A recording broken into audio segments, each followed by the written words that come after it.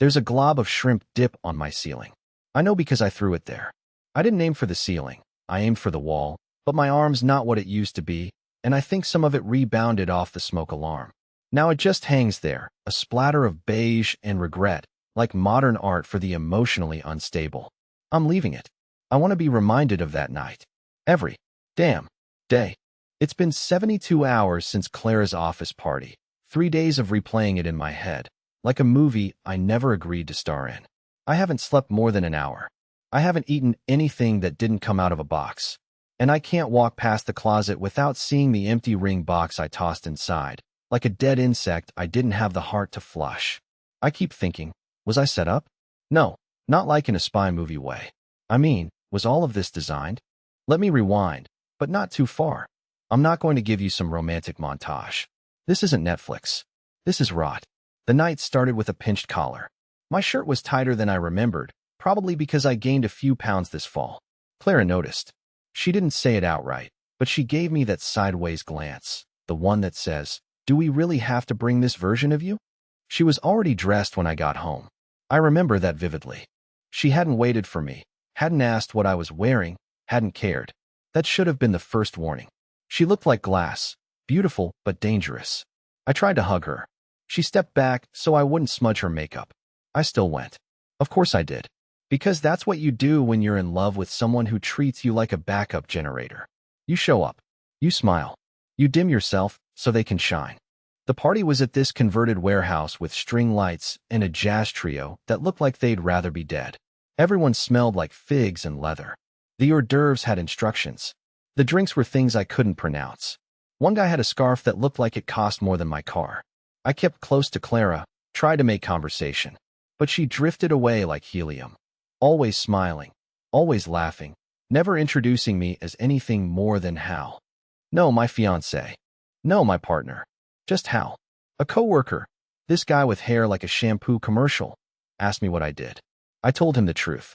I restore vintage appliances. He blinked. Like toasters. Yes. He nodded, then walked away mid-sentence. I tried not to care. But then Clara got on the mic. Apparently, she won Brand Strategist of the Year or something. There was applause. She gave a speech. And that's when it happened. Honestly, she said, giggling into the mic. Being engaged to Hal has taught me that you can love something that's completely useless if you stare at it long enough. The crowd laughed. They laughed. And I stood there with a tiny plastic fork in my hand, holding half a deviled egg, while 37 strangers looked at me like I was the punchline. That's when the shrimp dip hit the wall. That's when everything unraveled. But you need to understand something. That wasn't the betrayal. That was just the curtain rising. The real betrayal? That came later. And it was worse than I ever imagined. I didn't drive home after the party. I didn't even go home. I walked. In my suit. For nearly 4 hours. Through neighborhoods I hadn't stepped foot in since I was a teenager. My phone buzzed a few times. Clara, obviously, but I didn't look. I couldn't. I was afraid if I saw her name on the screen, I'd either scream or throw the phone into traffic. Somewhere around 2 a.m., I ended up at a 24-hour laundromat with a vending machine that only accepted quarters and a flickering ceiling light that buzzed like a dying insect. I sat there in a plastic chair, eating peanut M&Ms, staring at the ring box in my coat pocket. I hadn't opened it since the week I bought it.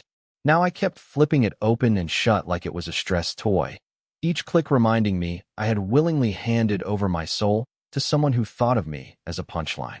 You might be wondering, why didn't I just leave the party right then? Why didn't I make a scene? Slam a champagne flute?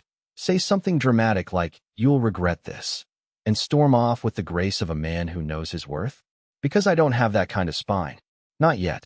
The thing about Clara was, she knew exactly where to apply pressure. She never yelled, never cursed, never even raised her voice. She just had this way of making you feel like your emotions were inconvenient. Like every time you tried to express discomfort, you were being dramatic or too sensitive or killing the vibe. I remember once, and I swear this happened. I cried while watching a video of a goose reuniting with its owner after 2 years apart. She looked at me and said, "You know they mate for life, right? Maybe that's why you're crying. Wish you were a goose." I laughed at the time, because that's what you do when someone insults you in a clever way. You laugh so they don't know they've drawn blood. but the blood had been pooling for a while. I finally got home just before sunrise. Clara wasn't there. Her coat was gone, her heels were gone, but she'd left a single post-it note on the fridge with the words, "Can we talk later when you're calm?" "No, I'm sorry. No, let's fix this." Just that. Like I was a malfunctioning appliance that needed a reset. I took a shower, sat on the bathroom floor in a towel for 45 minutes. Then I did something I hadn't done in months. I opened her laptop. Not because I wanted to snoop, not at first. I opened it because I realized I didn't know her password anymore. It used to be Clarabelle88. It wasn't that anymore. That was what hit me. I typed it and got denied. Then I typed Clarabelle Clara. Denied again. That's when I realized how far gone we were. She had changed the password. She had changed access. Eventually, I guessed it. It was Virgil and me. Virgil is her cat. He hates me. The browser opened to her work Slack. She'd forgotten to log out. Or maybe she wanted me to see it. I'll never know. And that's where I found it. A message from one of her co-workers, Alyssa, from the day before the party. It said, "Can't wait to meet your scrap metal boyfriend, LOL. I'll try not to ask if he smells like WD-40. And Clara had replied, "Haha, stop. I told him not to talk too much. Just be presentable and let me shine." Let me shine. Not, "I'm excited to show you off." Not, "He's nervous, be kind." Just manage the optics. Like I was a campaign accessory. A political prop. I sat there for 20 minutes staring at those words. And then I kept scrolling. There were more messages. From weeks ago. Do you ever get secondhand embarrassment when he tries to explain what he does? Like, "We get it, you polish toasters." He reminds me of that one Muppet who's always panicking. Clara didn't defend me. Not once. She laughed. She added to it. And that's when something inside me snapped. Not loudly. Not violently. Just definitively. Like a light switch that finally gives up after being flipped too many times. I didn't throw the laptop. I didn't yell. I just walked to the bedroom, opened the top drawer of her nightstand, and took back the spare key I had given her when she first moved in. I slid it into my sock drawer, closed it, and sat on the bed staring at the ceiling. Not the shrimp dip ceiling. Not yet. That came later. That came after the confrontation. The truth. The reveal. Because, you see, Clara's betrayal wasn't just emotional. There was something else. Something far more calculated. And I was about to uncover it by accident. By the time I had slept, if you can call 90 minutes of twitching and sweating on a couch sleep, I was already over the idea of confrontation. That version of me, the one who cries during animal videos and tries to talk things out over tea, had quietly died sometime between Clara's speech and the moment I scrolled past a Slack message that called me blue-collar chic. No, this wasn't going to be a conversation. This was going to be exposure. See, what Clara didn't know, or maybe forgot, is that when I helped her move into my place last year, I offered to back up her old files. I installed a private drive on my home server just for her documents. She used it for months. Presentations, notes, brainstorm files, photos. She dumped them all there like a digital junk drawer. She stopped using it eventually, probably assuming I'd deleted it. I hadn't. I didn't plan to dig through it. At least not at first. But after seeing those Slack messages, I thought, if she talks about me like that publicly, what does she say privately? So I opened the folder. It was still there, tucked away under the name miscellaneous_Clara_final. Because Clara had a habit of naming things like she was constantly arguing with herself. Most of it was harmless. PowerPoints, old selfies, budget spreadsheets, a photo album titled Virgil's Tongue Moments that I wish I'd never opened. But then I found something I hadn't seen before, a Word doc titled Voice Notes, Transcripts. Curiosity wasn't what made me open it. It was fear. And what I found was, well, it was a journal of sorts. Clara had apparently been dictating personal memos to herself on her commute, then transcribing them when she got home. The document was over 30 pages long. Most entries were benign, even boring.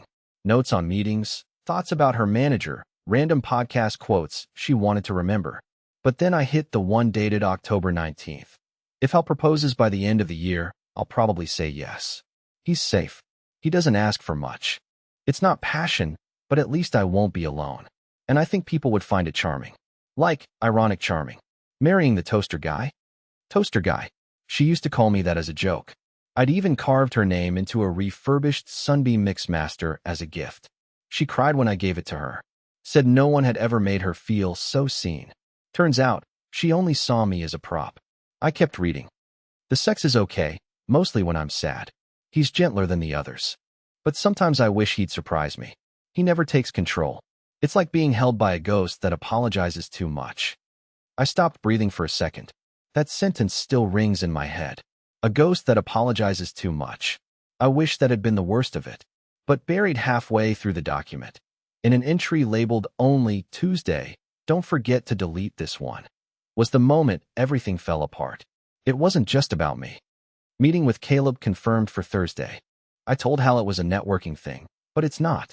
I need to see what's still there before I settle into this life. Caleb understands me in ways Hal never could. There's heat. Hal is air conditioning. I read it again, and then I realized Caleb wasn't just a name. He was a real person, and I'd met him once at her office. A tall, tattooed creative director who wore beanies indoors and called me brother like he was trying to manifest intimacy. Clara introduced him as just someone from branding. Apparently, he was branding her from the inside. The next hour of my life is a blur. I remember grabbing the ring box. Remember pacing. Remember slamming the silverware drawer so hard it bounced open again. I couldn't decide if I wanted to confront her, expose her, or just burn everything she'd touched and start over in the woods somewhere.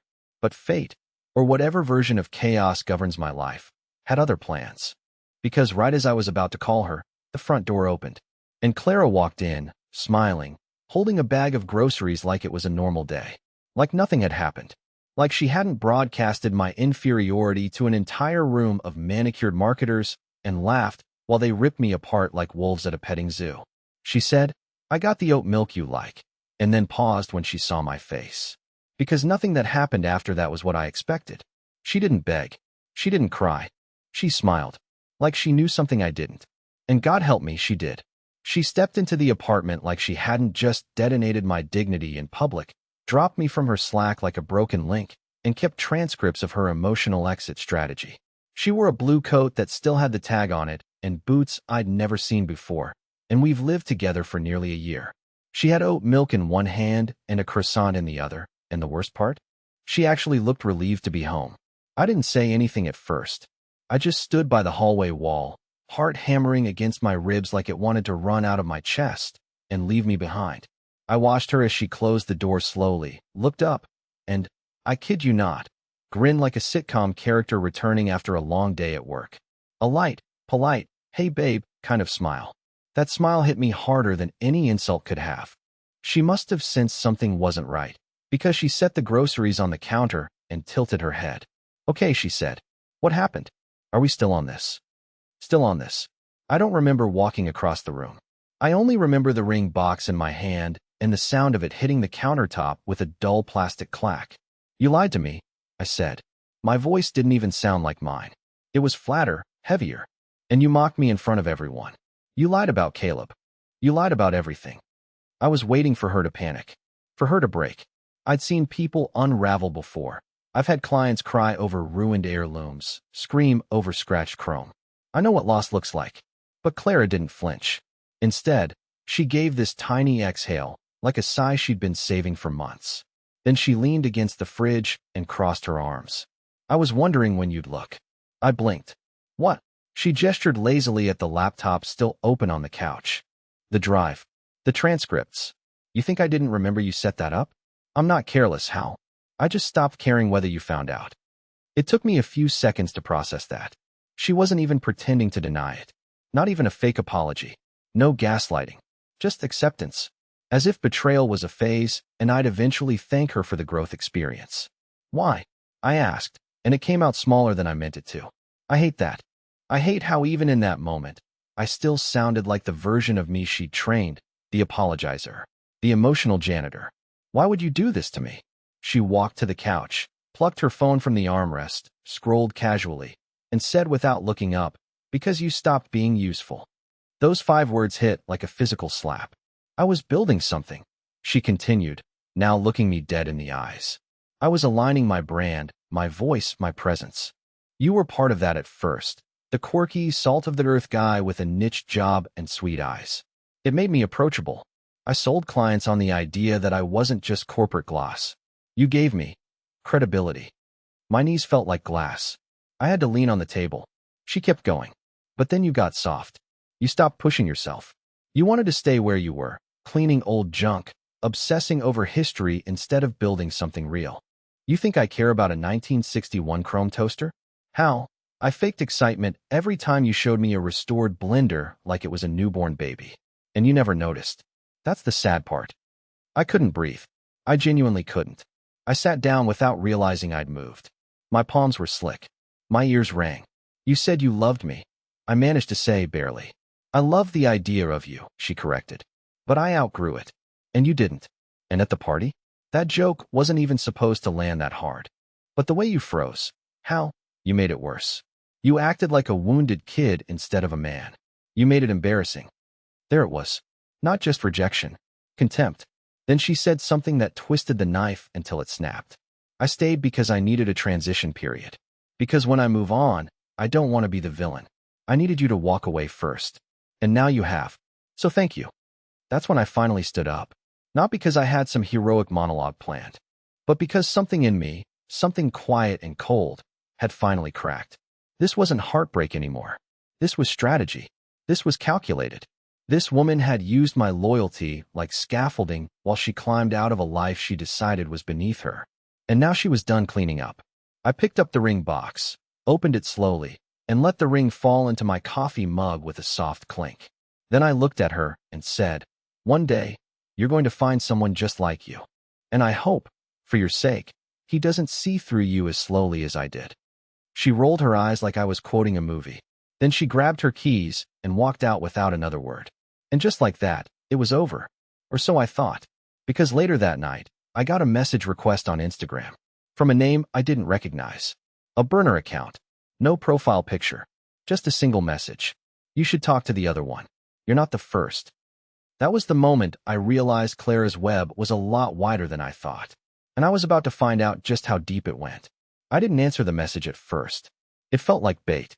My head was still wrecked from Clara's cold monologue, and a part of me wondered if this was just some sick aftershock. Maybe she sent it. Maybe she wanted to see if I'd take the hook. But I couldn't stop thinking about that phrase. "You're not the first." It kept looping in my head like a broken radio jingle. It didn't just imply cheating. It implied pattern, history, a method. The account had 0 followers and no posts. The username was something generic, Coffee Clock 23. I ignored it for a few hours. Tried to distract myself by reorganizing the tool bench in my workshop.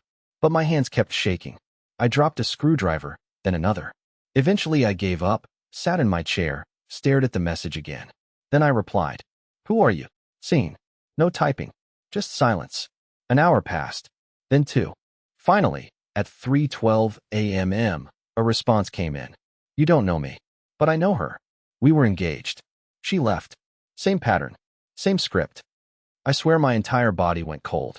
I wrote back, "You're saying Clara did this before? To you?" A long pause. Then another message appeared, this time with an image. A photo. Blurry. 2 people. Clara, unmistakably, sitting on the lap of a man I didn't recognize. Same posture she used with me. Same fake intimacy. The date in the corner said 2019. Her hair was shorter. Her smile was the same. Then another message. "My name's Dylan. She ghosted me a month before our wedding. Took money from the joint account. Told people I cheated. Her friends blocked me. My parents still think I did something to drive her away. I had no voice. Until now." I sat down on the floor. The apartment was completely silent. Even the street outside seemed dead, like the whole world had muted itself to give this moment center stage. I reread the messages 5 times. Something inside me shifted. It wasn't anger. Not yet. It was recognition. A horrible realization that I hadn't been uniquely betrayed. I'd been cast in a role she'd written years ago. I messaged Dylan again. "I need to know everything. Please." He agreed to call. We spoke for nearly 2 hours the next day. Dylan's voice was rough, like someone who used to laugh a lot, but hadn't in years. He told me about how Clara had moved in with him in 2018, helped him redesign his home office, even suggested he start a woodworking side hustle. Then, slowly, she'd eroded his self-worth. Comments about his weight. Jokes about how men who love tools are just little boys with permission to buy junk. Then came the isolation, encouraging him to stop seeing certain friends, subtly mocking his sister for being too basic, planting doubts in his head about everyone who cared about him. Sound familiar? The worst part? She made him feel like the unstable one. Whenever he tried to push back or raise concerns, she'd twist it, make him doubt his own judgment. Once, he said, he found a receipt for a hotel downtown. She claimed it was a corporate brainstorm retreat. He believed her, because Clara never raised her voice, never panicked, just kept calmly rearranging the truth until he folded. She doesn't break you like a hammer, Dylan said. She erodes you like water, until there's nothing left but sand. The last straw came when she vanished, packed in the middle of the day while he was out, left a note that simply read, "This was never sustainable. Don't look for me. Please don't make this ugly." He lost everything, his reputation, his savings, his sense of self. And now here I was, 4 years later, staring at the same pattern wearing a different outfit. I asked if anyone else had reached out to him since. He hesitated. One woman, Brianna, said she wasn't a boyfriend, just a friend Clara pushed away. She messaged me once. Warned me Clara doesn't burn bridges. She floods them so no one can ever rebuild. The next day, I found Brianna. Her old account was mostly inactive, but the bio still had Clara tagged in an ancient birthday post. I reached out with a short message. "You don't know me. I think we have Clara in common. I'd like to understand what happened." She replied in 5 minutes. "I've been waiting for someone like you." Turns out Clara wasn't just a heartbreaker.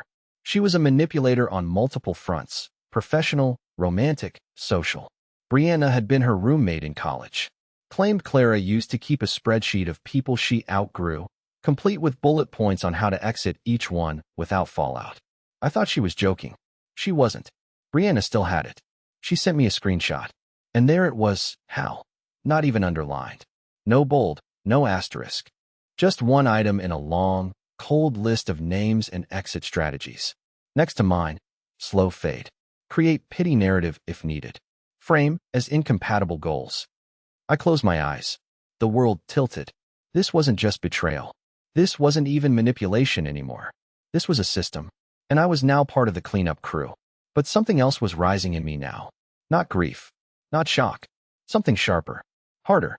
For the first time in my life, I wanted revenge. And not the loud kind, not the movie kind, the quiet kind, the kind that leaves scars so elegant, people think they were born with them. Because Clara had spent years perfecting her exit strategies. But she forgot something. I restore broken things for a living. And I was about to restore myself. People think revenge is loud, explosive even. But real revenge is quieter than grief. It starts as a whisper behind your ribs, right where sadness used to live. It begins when the crying stops, not because you've healed, but because there's nothing left inside to cry from. That's what I was feeling. Not rage, not bitterness. Just a kind of mechanical clarity. It was the same clarity I felt when working on a rusted-out antique appliance. When you stare at the mess for hours and finally see the problem. Clara was the broken device. And for once, I wasn't going to fix her. I was going to take her apart, piece by polished piece. I didn't want to destroy her publicly. That would just make me look bitter. No. The goal was to introduce friction into her carefully managed world. To interrupt the narrative she had so tightly wound around herself. And I already had the tools. First, I made copies. Of everything. The Slack messages. The voice note transcripts. The spreadsheet Brianna sent me.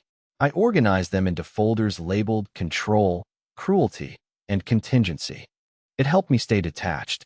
Like I was documenting a case study, not reliving my own personal collapse.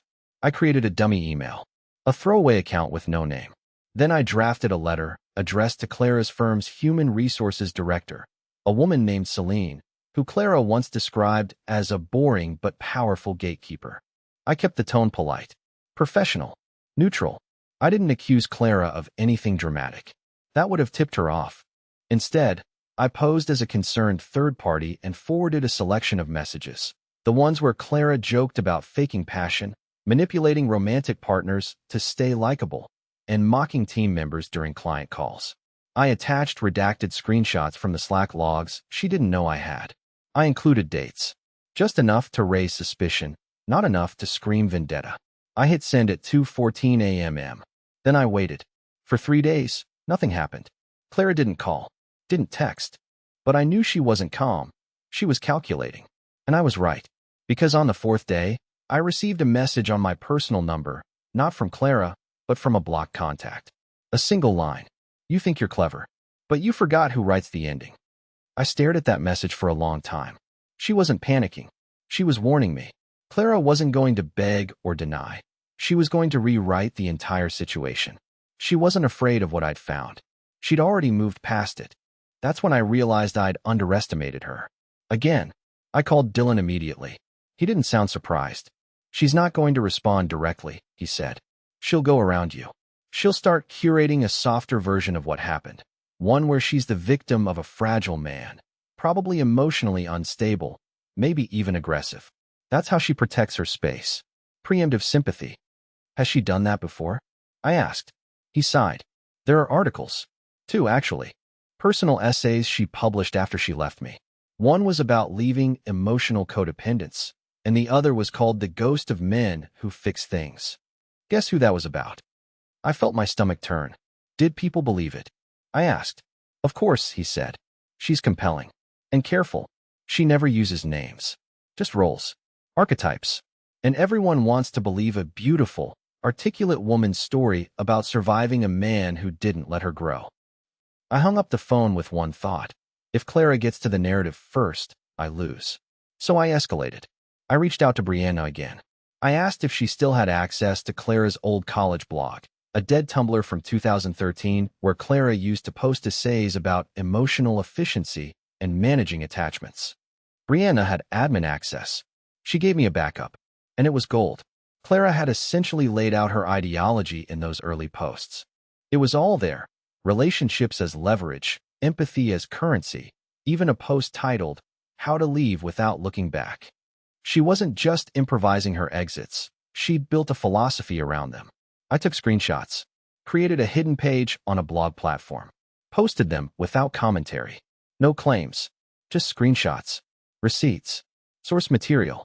Then I dropped the link anonymously to a quiet corner of a subreddit Clara's name appeared on once. A community for design industry professionals. Just a whisper, a breadcrumb.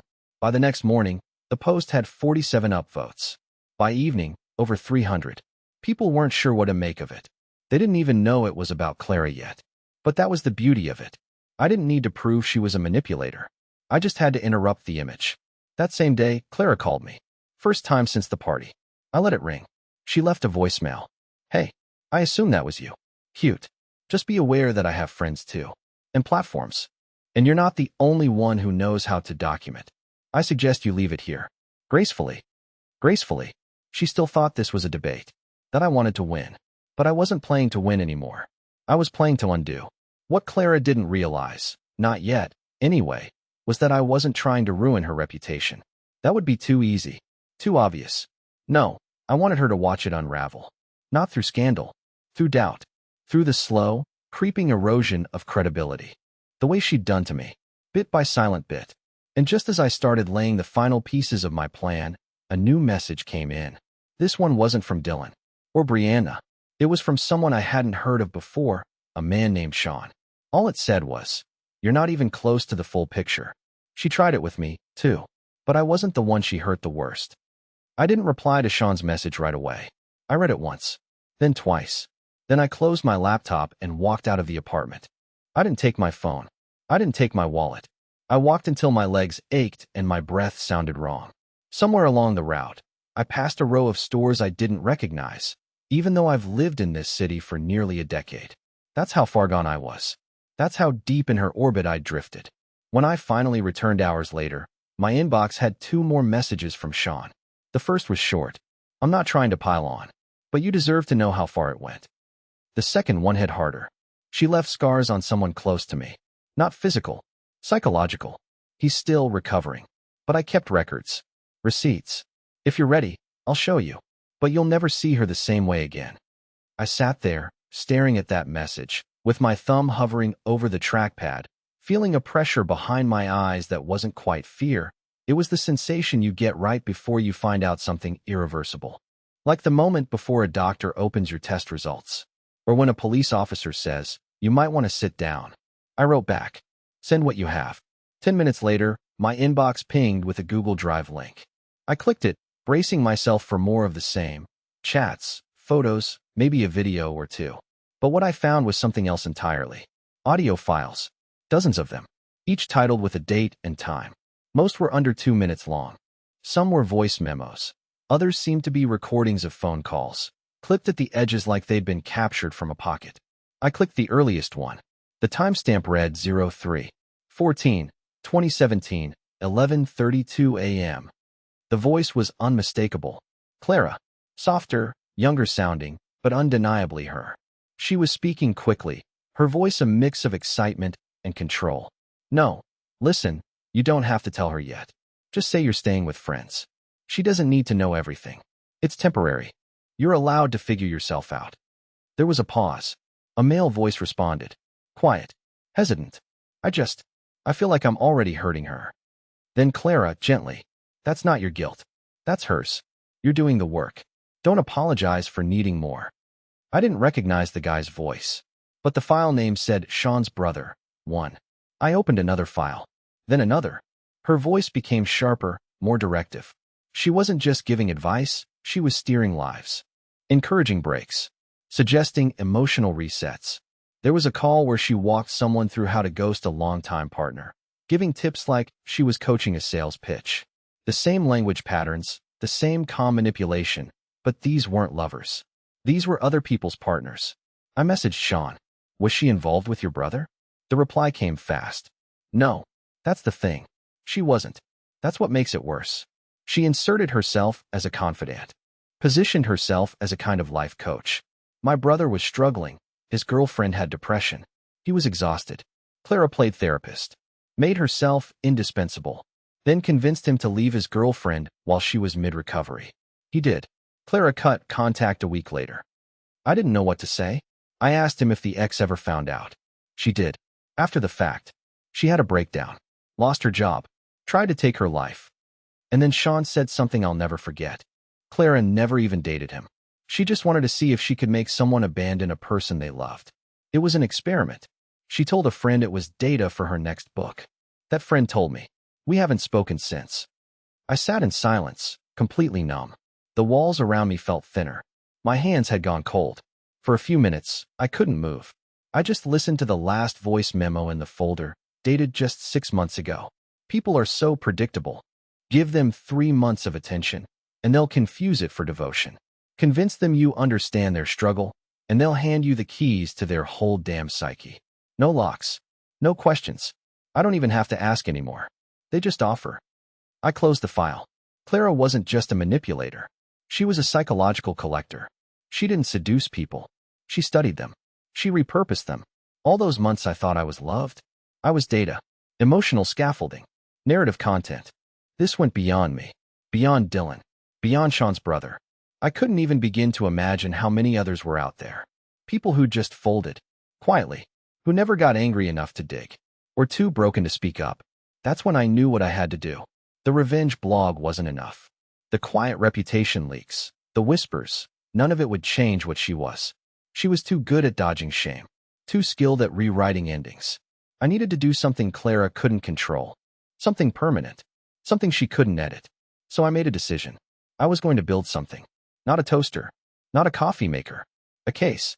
Not legal, emotional. Documented. Precise. Unflinching. I had the receipts. The messages. The patterns. The witnesses. It wasn't going to be a scandal. It was going to be an autopsy. And I was going to publish it with my name attached. For the first time in months, I felt calm. Because Clara may have known how to write endings. But this time, I was writing hers. It took 3 weeks to finish the project. I didn't rush it. I treated it like any other restoration. I laid out every piece. Cleaned the rust. Documented the damage. And when it was ready, when every message, every recording, every quote from every witness was placed with care and accuracy, I published it under the title, When Love is Just a Mirror. My time as a character in someone else's story. It wasn't a hit piece. I didn't name her outright. I didn't post it on gossip forums or link it in revenge threads. I put it on Medium under my real name, with a clear thesis that some people don't love you. They just love what loving you says about them. That emotional manipulation doesn't always come in screaming fits or slammed doors. Sometimes it smiles, says thank you, and vanishes with your reflection still stuck in its teeth. The article started slow. 10 reads. Then 50. Then someone from a mental health blog messaged, asking if they could republish it. A week later, it passed 40,000 views. Strangers reached out, some sharing their own stories, others just saying, thank you for saying it out loud. I never heard from Clara directly, but I saw the ripple. Her firm quietly removed her from the leadership spotlight page. A podcast interview she had lined up disappeared. One of her essays, the one about self-curation through detachment, was quietly taken down. People were asking questions now, not because I screamed, but because I finally spoke. And then I stopped. I didn't keep pushing. I didn't dig further. I didn't track her down or monitor her reputation. Because here's what I realized.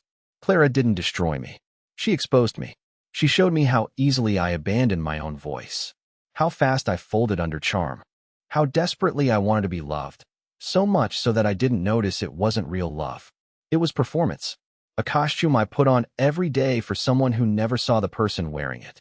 But I do now. It started small, fixing up a busted 1959 Electrolux mixer I'd been avoiding for months. Then it was a conversation with my sister, the one Clara called simple. We laughed so hard we cried. I started going to a small open mic nearby, reading bits of essays, trying not to shake while doing it. People clapped. No one laughed at me. That was new. I even ran into Dylan one night. In person. We got drinks. We didn't talk about her much, just enough to acknowledge the wreckage. Then we talked about music and family and jobs and the weird joy of surviving someone who thought you'd never recover. Eventually, I met someone new. Not in a dramatic, cinematic way. No grand gesture. No sparks flying. She asked about the scar on my thumb when I handed her a repaired fan she brought to my workshop. I told her I'd sliced it on a broken wire years ago. She smiled and said, well, at least you earned it. Her name's Lila. She works in archival restoration. She smells like dust and lavender. She listens without trying to fix things. And when I told her about the Clara situation, she didn't flinch. She just said, some people collect people like trophies. But you? You rebuild what others throw away. That's rare. Don't lose it. We've been taking it slow. No labels. No scripts. Just showing up. Every day. As we are. The apartment's quieter now. I painted the wall where the shrimp dip used to be. Replaced the smoke detector. Bought new mugs. One of them says begin again. I hated it at first. Too corny. But now I drink from it every morning. Because that's the thing no one tells you after betrayal. You don't go back to who you were. You build someone new from the pieces. And if you do it right, if you do it honestly, you end up stronger in all the places you broke.